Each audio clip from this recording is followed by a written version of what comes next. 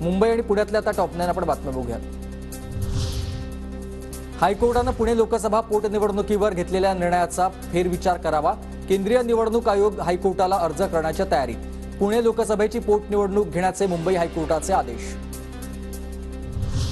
मुंबई महानगरपालिकेतर्फे मलबार हिल जलाशयाच्या पुनर्बांधणीचे काम हाती घेण्यात येणार। कामामुळे 5 वॉर्डात 10% पाणी कपात केली जाणार।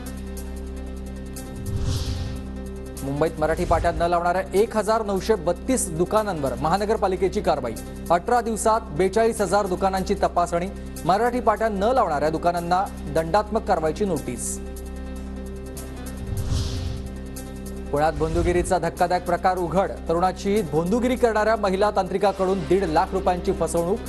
परीक्षेतील यशासाठी पाय धुवून पाणी प्यायला देण्याचा प्रकार। पुण्यात मागील 2 दिवसांपासून थंडी वाढली। 10 अंश सेल्सिअस तापमानाची नोंद। आणखी 2 दिवस तापमानात घट होण्याची शक्यता। मध्यधुंद प्रवाशांना पुणे रेल्वे प्रशासनाचा दणका। मध्यधुंद अवस्थेत रेल्वेच्या परिसरात फिरणाऱ्यांकडून 4,96,000चा दंड वसूल।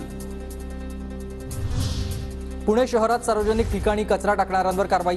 5 दिवसात महानगरपालिकेकडून 2,370 नागरिकांवर कारवाई। 9 लाखांचा दंड वसूल।